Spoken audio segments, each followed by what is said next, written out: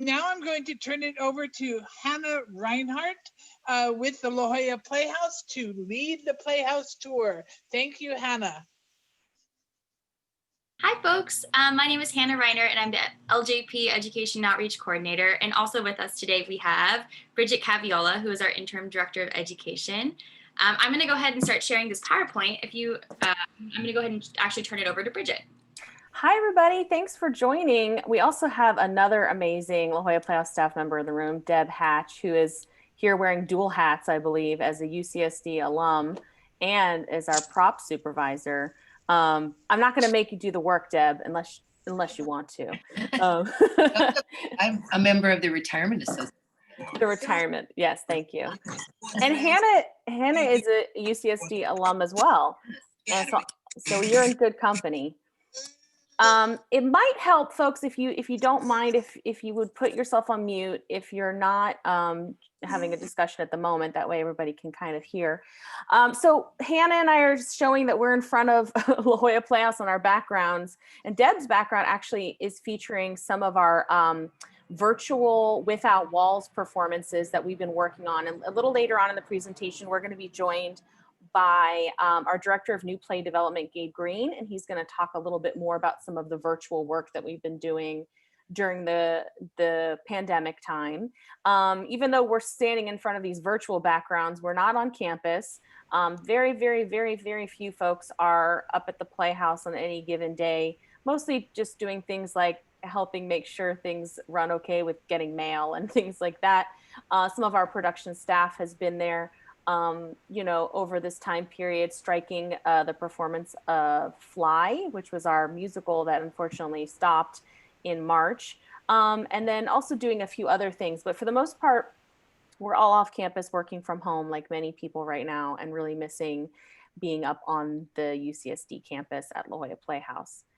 So we're going to talk just for a few quick minutes about our education and outreach department. This is something we did on previous tours, and folks found it really helpful. We are the department that helps to put together tours and backstage tours for the Playhouse. Then we're going to watch a really exciting backstage tour of the Playhouse. We've managed to put together some really great footage during this time of our production staff talking about the work that they do. So even though we can't be there physically, we can be there digitally. And then, like I said, we'll be joined by Gabe at the end. We'll have some time for questions and answers at the end. But in the meanwhile, if you have any questions, feel free to put them in the chat or raise your hand. You can do that by clicking next to your name in the participants list. So as Hannah has put up there, Hannah and I are part of the education and outreach department at the Playhouse. Here is our vision statement. I'll let you read it, but just want to highlight that we are all about connecting as much as we can to the San Diego community. And that's in terms of all folks who are learning of all ages. And we really are passionate that theater can help be a catalyst for global change.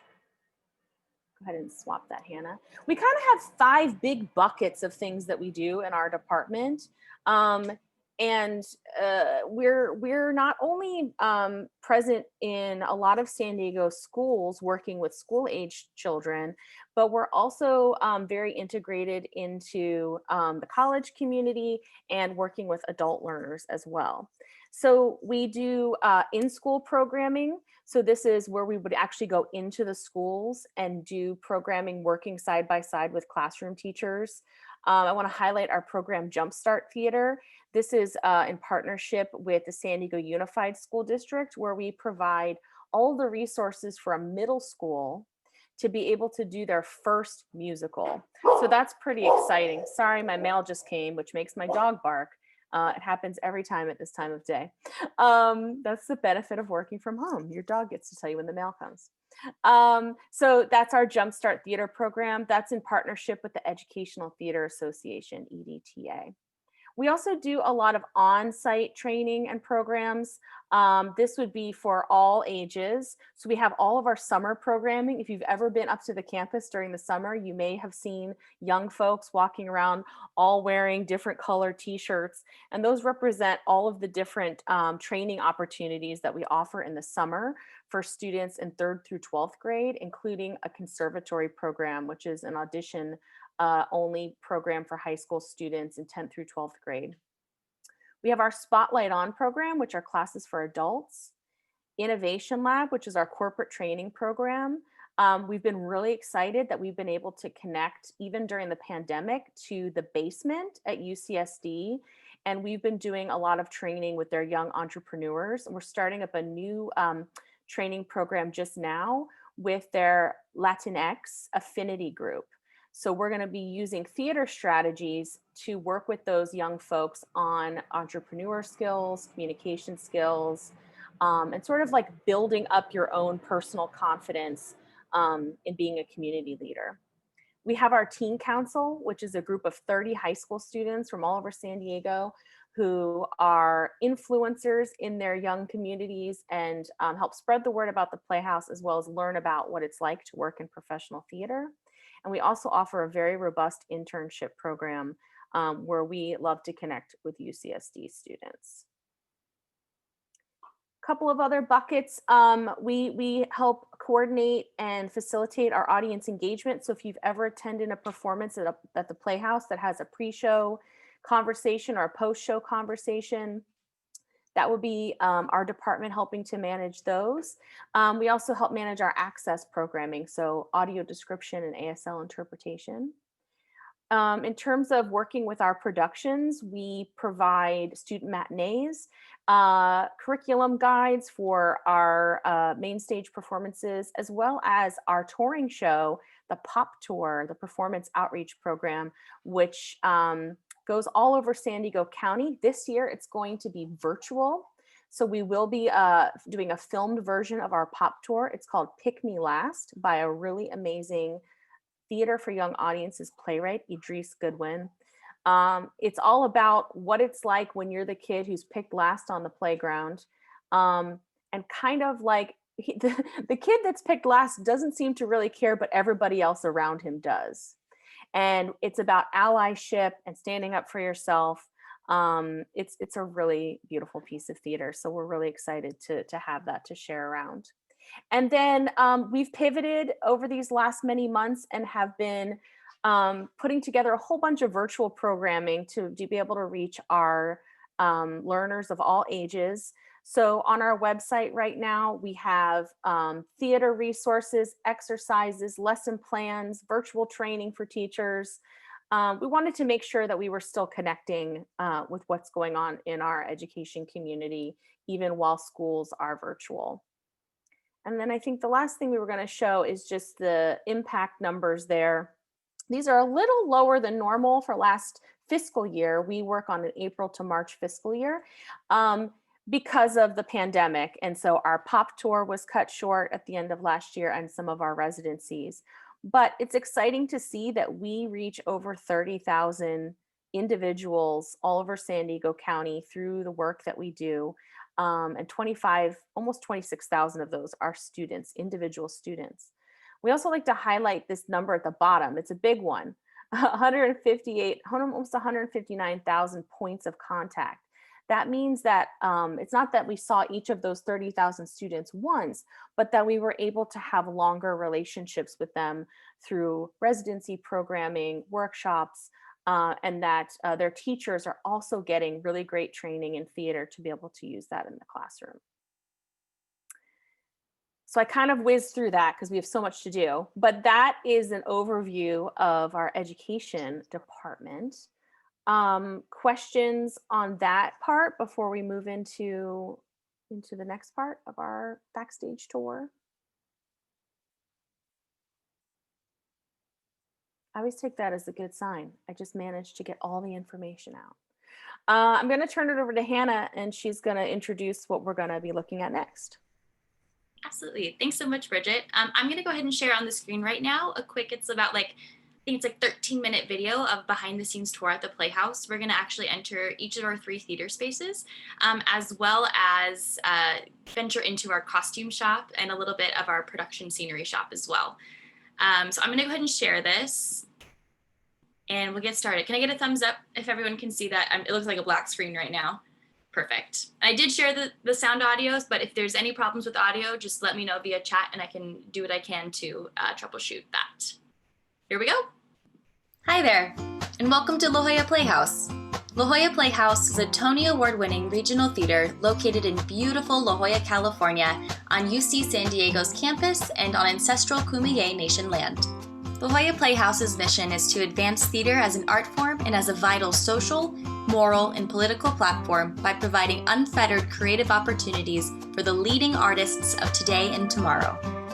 Today, we're going to be catching up with the Playhouse's Associate Technical Director, Jonathan Gilmer, to show us around our 3 magnificent theater spaces, including the Mandel-Weiss Theater, the Sheila and Hughes Potiker Theater, and the Mandel-Weiss Forum. Please note, however, this does not make up the entirety of our theater campus.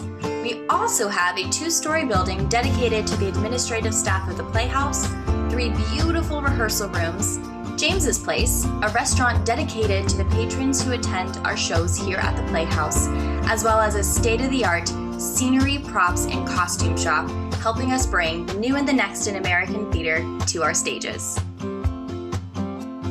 We are so excited to show you our beautiful campus and give you a behind-the-curtain peek at our 3 magnificent theaters. Let's catch up with Jonathan now.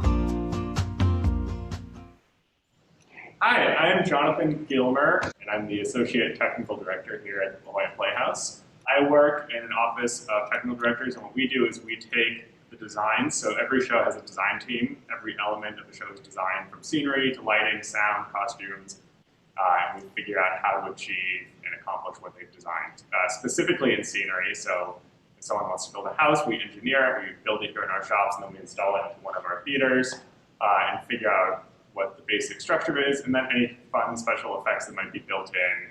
We talked a little bit about automation and how scenery moves. We talked about some special effects, things coming out of the sky, things coming up from the floor. So all of that comes through our office, and we engineer design solutions for those kinds of problems. Today we are in the Forum Theater. It's a 400-seat theater. We have 3 types of theater here at the Playhouse. This is a forum or a thrust space. So if you're sitting on this side, you're going to be looking at an actor here in the middle and also see your fellow audience member on the other side. It changes the way you're going to experience something, because you're going to be witnessing a story and then also witnessing how other people experience that. One of the great features of a theater like this is we're in the audience here, and this is called a bomb or a vomitorium. And it's an entrance that's from underneath the audience. So what that means is that if you're sitting here, an actor might suddenly be next to you. And while you might anticipate them coming from backstage or somewhere else, they could really come from any angle. In this theater, we also have trapped floors. So there's a series of panels underneath what you see that are all removable, and there's a space that goes underground, so you can have things that come up from the floor. So this is one of the access points to that. So above me here, we have a series, there are 7 catwalks, and they're all connected to each other. So our crew could go up there and access all of the rigging and equipment that might be there. So you would have speakers, lights. If you're putting scenery over the audience, it would hang from those. So in a space like this, everything's pretty static. So the crew actually has to go to those positions to put those things in place. Over the stage, there's a bunch of pipes. You can see there are lights up there. Throughout all of this, you could have hundreds of lights installed just to create a lighting design for a play in the space.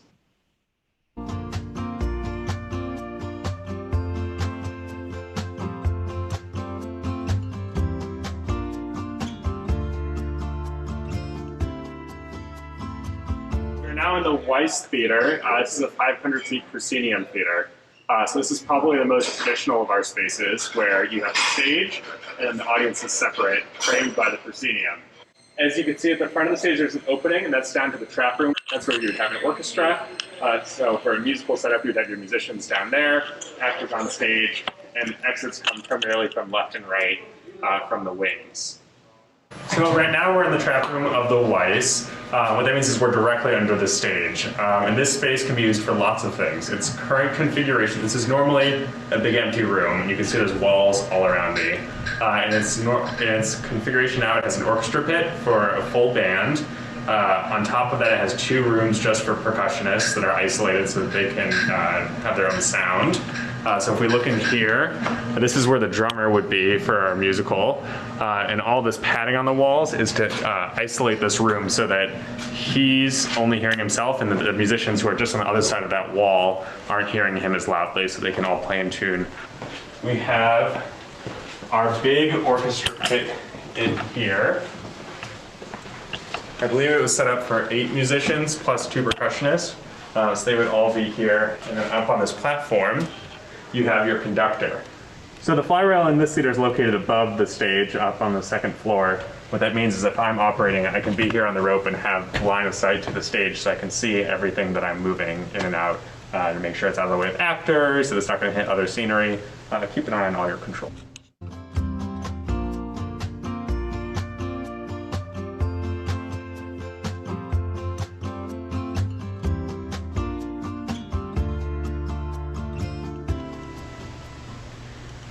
Now we're in the Potiker Theater, which is a large black box theater. Typically black box theaters are a little smaller than this, but essentially what that means is it's a rectangular room and all of the seating is removable and can be reconfigured. So the seating bank you see here can be taken into different pieces, and there's 9 to 12 different arrangements that we can put it in this space. In this theater, we also take all the seating out and have custom seating or banquettes or dining table. I mean, we can really make this feel very traditional or completely abstract. So this is a very flexible space. So now we're in the booth of the Potiker Theater. We have booths in all of our spaces. So what this is it's a space where the production team would work during a show. So you would typically have like a stage manager up here and a lighting operator. And they have windows that look out over the space. And what that allows the stage manager to do is watch the show while they're calling all the cues. So they're watching the show with their script. They know when each light cue has to go, each sound cue, scenery changes, that sort of thing can all be monitored and controlled from here. One of the great features in the Potiker is our tension grid. So I'm standing above the playing space right now on panels that are made of wires that are sort of woven together. You can see it's sort of like a trampoline. And what this allows me to do is pretty much access anywhere in the space. So typically, in a theater, you're over the seats. You can't put a ladder on top of seats. You can't get up to where you might need to get to. This is like a floating trampoline above everything. So it allows me to easily get to lights, sound equipment. We talked about rigging before. If I want to hang scenery, it makes everything really accessible.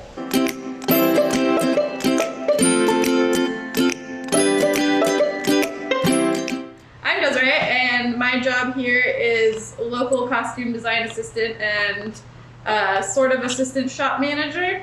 So what that means is when a designer comes in from out of town, I am the person here who assists them in getting the show up on its feet, as well as Jen, who is our shop manager. We sort of streamline all the work and make sure everything's getting done, and I mostly do shopping. So when a designer comes in with a picture of what they want and says, oh, I need a yellow shirt for the show, I go find the yellow shirt that they need.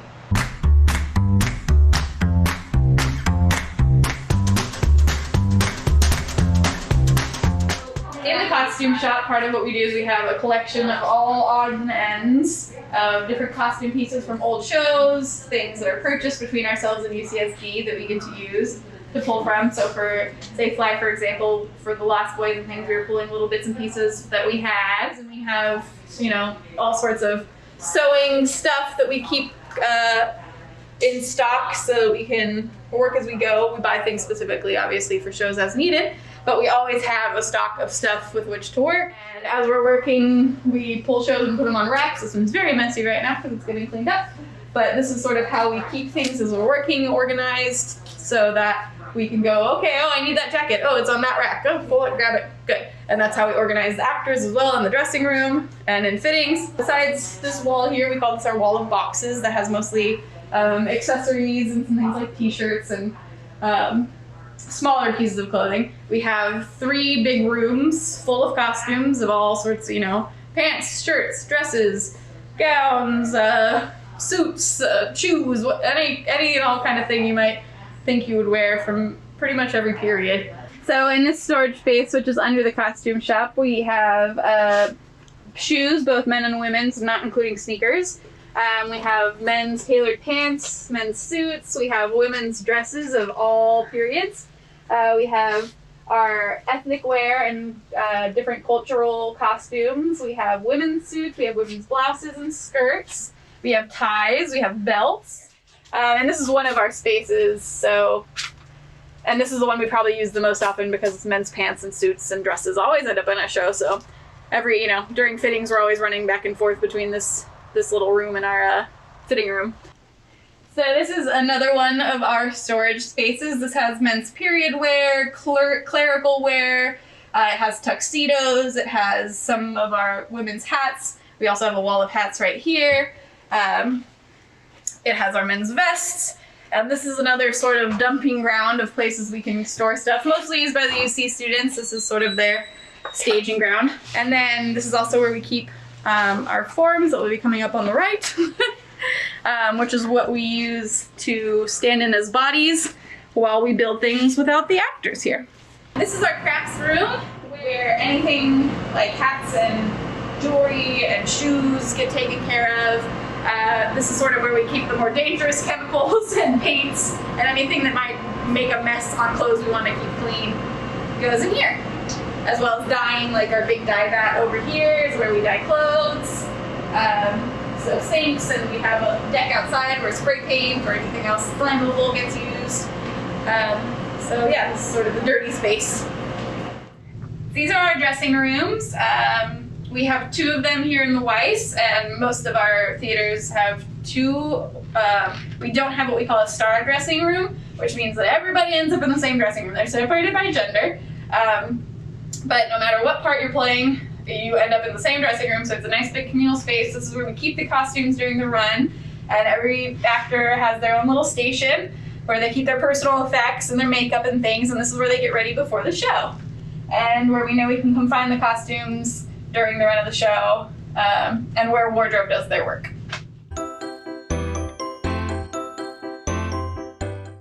Hi, my name is William Hartley. I'm the technical director here at La Jolla Playhouse. So I'm the technical director here. That means I'm essentially in charge of the physical scenery that you see on stage and most of the physical production. It's very much a collaborative effort. I manage the scene shop as well as the run crew and the load-in crew for the scenery department. I work with a team of 2, an assistant and an associate. We take scenic designs, models, renderings, and drawings and turn them into the physical reality of a set that you see on stage.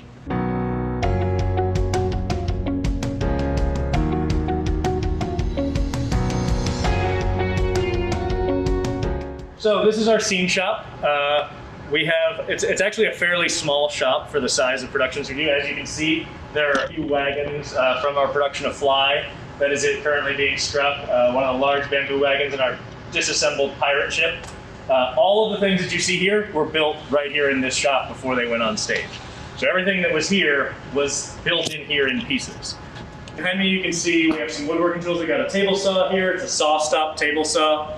It has an electric current that actually runs through the blade, that if it comes in contact with a conductive material like a nail or a screw or your finger, it actually will drop the blade down into the body of the table saw and stop it in motion immediately, preventing you from being cut. It's a wonderful safety feature and something that has become sort of an industry standard on table saws all over the country. This is also, you'll see behind me, our prop shop, where they do a lot of their craft work, and our paint shop, where those bamboo wagons are being stored right now, where they do basically all of the painting for all of our productions. It's not a lot of space, as you can see. We tend to really do a lot with very little. So we're really lucky here at La Jolla Playhouse in that we happen to be located in San Diego, not far from the beach, and the weather's usually pretty nice. So we have a very large loading dock here that you can see, where we do a lot of our fabrication and assembly of units, because for most of the year, we have wonderful outdoor space to utilize, and we actually get to build some things outside, which is not a lot of scene shops can say that.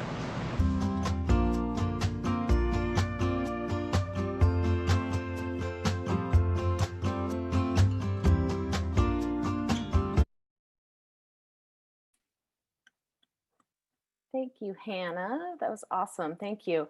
And I will say, we also have a completely separate video that highlights each department. Especially, we have a really lovely video that features Deb talking about her work in props. And I think we could share that with Susan, and hopefully we could get that one up on the same web page as this recording, because there is so much to kind of unpack and see and look at the Playhouse, and not all would fit in one video. But it's been nice to be able to talk with our production staff during this time and get them to talk about the work that they do. We're also, just so you know, going to be using these videos that we've been creating to support technical theater curriculum that will be used by high school students, specifically the students we work with in the summer that are part of the Juvenile Court and Community Services Schools of San Diego Unified. And those are students that may be incarcerated or may have found themselves in a transitional housing situation. And we've worked with them for many years on developing skills in working in theater production to provide opportunities, hopefully for a career pathway for those students. Any reflections, thoughts, questions anybody would like to offer into the room after seeing that tour? I think some of you have. Absolutely fabulous. Let me jump in. We have a student group that we work with, Chancellor Scholars, and I know in the past I've had students that have asked about, work that's in the theater, construction kind of work, set work. What kind of education are the technical people? What do they have? That's a really good question. I mean, Deb, I'll let you jump in too, because I think it's so interesting, right? Because you could be like a welder or a carpenter, and you can do that in a number of different arenas, right? So we're looking at folks that have that technical skill, either from, formal education, apprenticeship, training, but they're also folks that are really passionate about the arts and want to work in the arts. Deb, do you want to add anything to that? I will say that we are a union shop, so one of the requirements would be to join the local union. But there are a lot of other opportunities that we're just figuring out now and are implementing coming up for apprenticeships, internships, observing situations. So there is a way in, and there are a lot of fields that complement what I do in props. Like I hire a lot of people that have worked in museums because it's the same set of skills. And I would just say that kids should pursue their passions, like if they sew or whatever, and then try and talk to someone and get advice for it, and get involved with us, because there are ways in.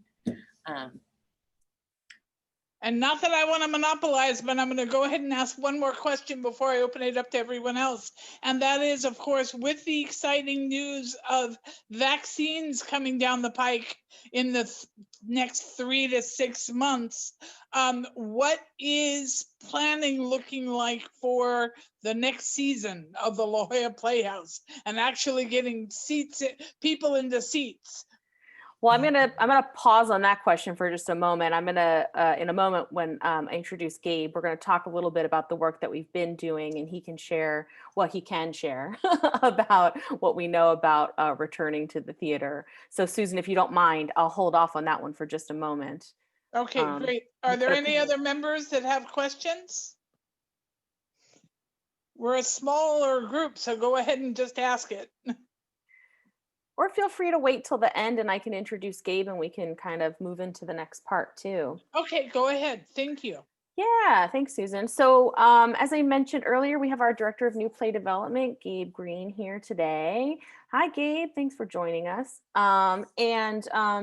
Guy, we were hoping that you could share with this group today a little bit about, I know they were curious about how we've shifted in how we've been working as artists during this unprecedented, there's the overused word of 2020, time. And hoping you could share a little bit about our digital Without Walls programming and any information you may be able to share, about what's coming up for us in the coming season. Yeah, thank you very much, Bridget, and pleasure to be in the same virtual room with you all, and hoping for the day that we can all be in the same geographical room soon. Yeah, so yeah, March 12th, man, that was a day. Everything shut down, so much around the world and everything in the theatrical world.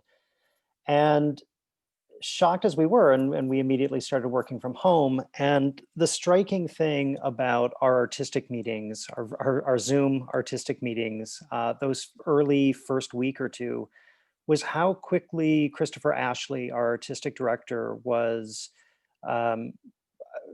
interrogating how we pivot from this moment. There was the initial shock, but I would say it lasted very quickly. And as Chris is apt to do, the person who sort of coined the phrase "the new and the next" in relation to the work that we do, he almost immediately was challenging us all to think about how we could continue to keep audiences engaged, artists employed and working and paid. And really, this is a moment, the nonprofit arts sector, to get your nonprofit status, you have to prove a benefit to your community. And even though a lot of the things we were doing were intended to be free, he said that there's no moment in our lifetimes in which we are pressed into service for our community more than this moment, where we have to keep artists working and fed and clothed.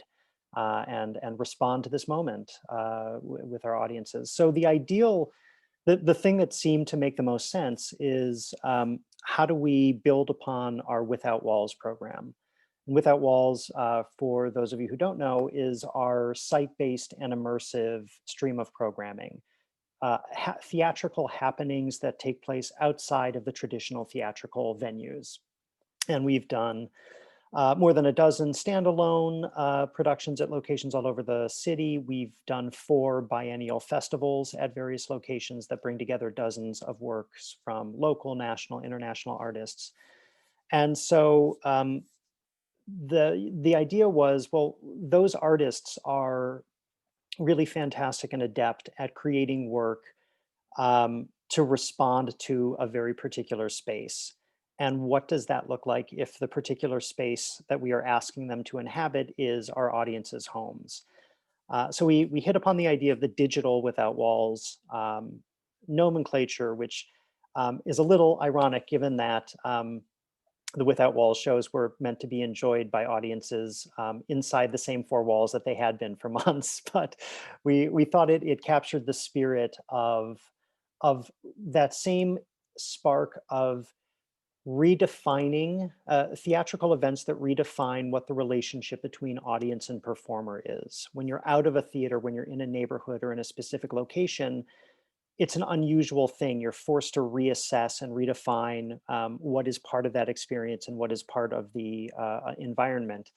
So that was our challenge to artists, and we've happily commissioned and developed and released. I believe we're over a dozen now. We've announced a few more that are still going to be released in the coming weeks and months. I'm going to speak briefly just because I know we're running a little behind time. You can, I know the link was just put in, you can check out some of the things that we've done in the past, a lot of which are still available. A lot of the video stuff still lives on our website and on other platforms.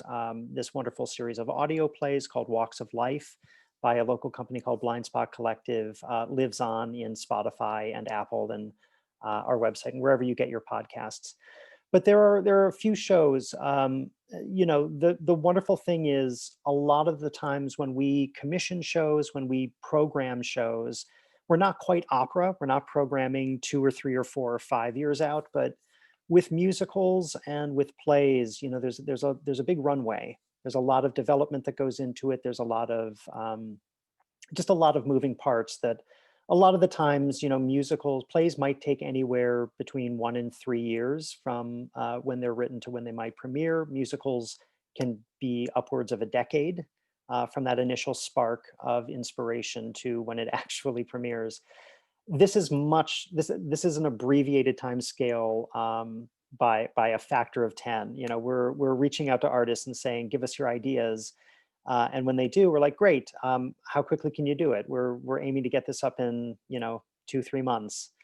And they, it's funny to see people who have worked in theater for so long, their minds are blown like, oh, I actually am going to create something and it's going to see the light of day much faster than usual. So I think the outcome of that is we're seeing a lot of shows that respond with great immediacy to this moment, both in terms of our disconnection with other people, our isolation, I think in terms of the politics of the time, of the social justice movements and the responses to the murders of George Floyd and Breonna Taylor and others, and the reemergence of the Black Lives Matter movement.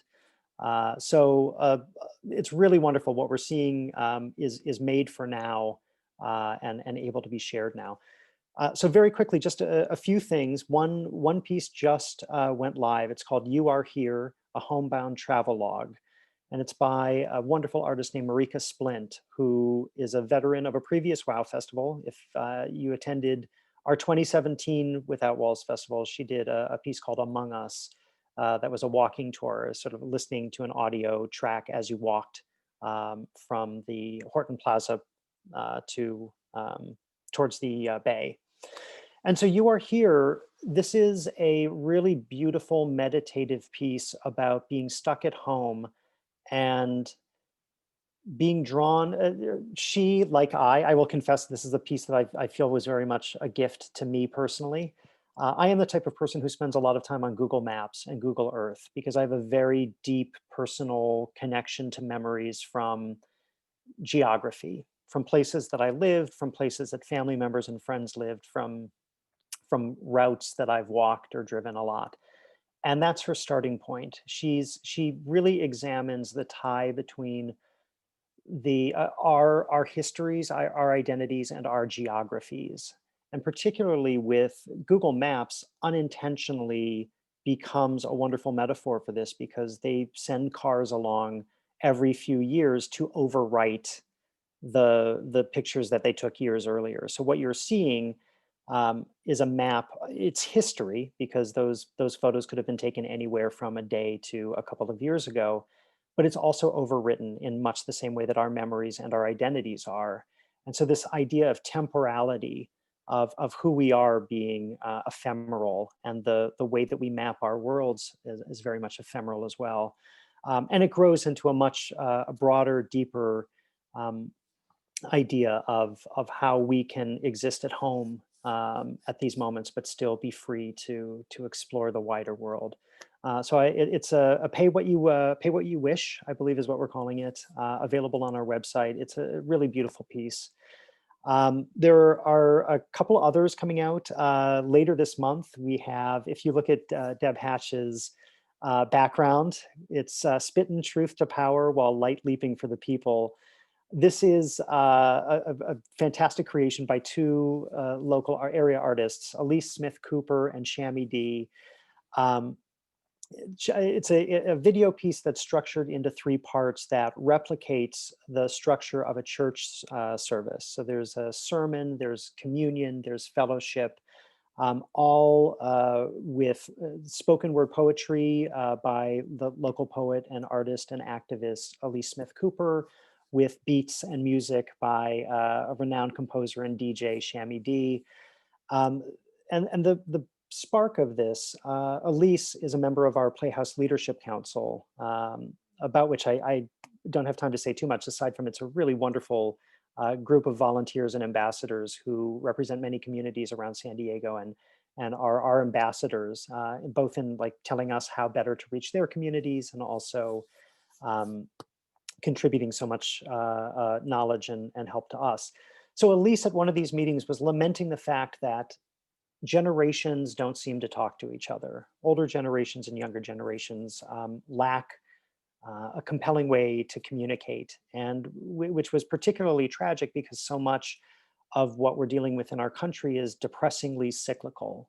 So the idea is that spoken word and music piece draws the parallels between the civil rights fights of the 1960s and the resurgence of the Black Lives Matter movement in this moment through this arc and structure of a kind of sermon or church service. Really beautiful, really stirring. Big shout out to Deb Hatch, who took on a lovely producerial role in this. This was filmed on location at the Playhouse, safely and socially distanced, but a true labor of love from all involved, and big props to Deb for everything that she did for it. And this will be a recording that's released later this month. Two more quick things. I know we're at time, I'm so sorry, so I'll just treat on them very quickly, but there's a piece in December coming out called Towards Belonging. This is again, a dance movement piece with spoken word, and Jeanette Mariah Ramey, who is a former Playhouse staff member who now has her own choreography and dance company, was inspired to create this movement piece filmed at Writer's Block near the Jacobs Center. That's a love letter to southeastern San Diego and the Diamond District and the communities that live there and the things that they endure. So it is both a response to the systemic racism that so permeates our society, and also a celebration and an uplifting of the people of southeastern San Diego who have managed to endure and survive and thrive. And it features spoken word poetry by Gil Sotu, a really wonderful local poet. And that's coming out in December. And finally, 1,000 Ways, a company called 600 Highwaymen based out of New York. A lot of their shows in the before times are very much about community and the communal gathering of audiences and fostering an intimacy and a connection between them. So in this particular moment where everything is rent and disrupted and isolated, they hit upon a 3-part theatrical piece that mirrors our society's emergence out of this pandemic. So the first part is a phone call that you have with another stranger for about 45 minutes. And this is a piece where you do not know each other. There is a disembodied voice on the line that is prompting you. It's giving you prompts to have a conversation with this stranger, to build a kind of narrative with each other about who you are and how you're alike and how you're different, so that you come out of this call with a stranger feeling a little less disconnected and a little more of a community with this one other person. And then a couple of months later, part 2 is a meeting between you and a different stranger in person around in a table with a protective plexiglass layer in between, where again you're still with the stranger, but you're a little closer. You're still about 6 to 10 feet apart. There's still a protective window, but you're in the same room, and it's again creating that kind of shared narrative with each other based on physical objects that you have in front of you. And then the third piece, which is designed to be done whenever we are able to gather together again, it brings together all of the strangers, the hundreds of strangers who have had these individual calls and interactions together for a shared celebratory reestablishment of community and gathering together. And so obviously we know that part 1 will be in January and February. The other 2 parts are as local authorities deem it plausible and safe to do so. So those are 4 of the pieces, Digital Wow, that we have coming out, and happy to Susan, touch on your question insofar as I'm able about what happens after that, what happens after February or March. I should mention also, we have a wonderful solo version of A Christmas Carol that Jefferson Mays, the astounding Tony Award winning man of 1,000 faces, who's going to be doing, they're filming a live performance of it that we are going to be streaming throughout the end of November, throughout December, and into very early January. So do check that out on our website as well. So just as quickly as I can, we're just not at this moment, anything that we tried to say with any degree of certainty about what happens next is just unknowable. We have been very determined as an organization only to say things when we have a fair degree of certainty behind it. A lot of theater companies are sort of canceling productions as they go, and so like most of the communications from some theater companies are just like, yeah, we're not doing that show now, we're not doing that show now. And we very much want to wait until we have a little bit more degree of certainty about what it is, knowing that everything can still change. But I will say the two things we know is that any attempt to bring people back into our theaters will be done only when we are extremely confident and certain of the safety measures in place to protect our audiences, our staff, and our artists. So we are continuing to follow local and state health guidelines very closely. We are continuing to work with unions to make sure that our proposed plans meet and exceed even safety guidelines. The other thing we know is that I think that the season that we had announced for 2020, 2021, which was to have begun in April, is going to, a lot of those shows, I would say most of those shows are going to move to next season. There are a lot of shows that we felt, there was a lot of internal discussion about how we welcome audiences back, what kind of story are we going to welcome them back with. And we were looking at the season that we had announced, and it's full of really warm-hearted, fantastic stories of that engender empathy and conversation, and we felt that they speak to the world in this moment as well, if not better than they even might have had this not happened. So a lot of the shows we previously announced will be the shows in the season with which we resume. There might be one or two changes, but yeah, we're more to come. I think we're nearing the point where we feel confident we can share a little bit more publicly, but until then, I'm going to be a little coy. Thank you, Gabe. I just want to apologize. I misspoke on your title, which is Director of Artistic Development. How dare you? I know. Oh, okay. I know we're over time. We did start a few minutes late, but I did want to offer just any other opportunity to ask any questions, either about Digital Wow or our spaces or our programming going on. Anything we can share with you, we'd love to.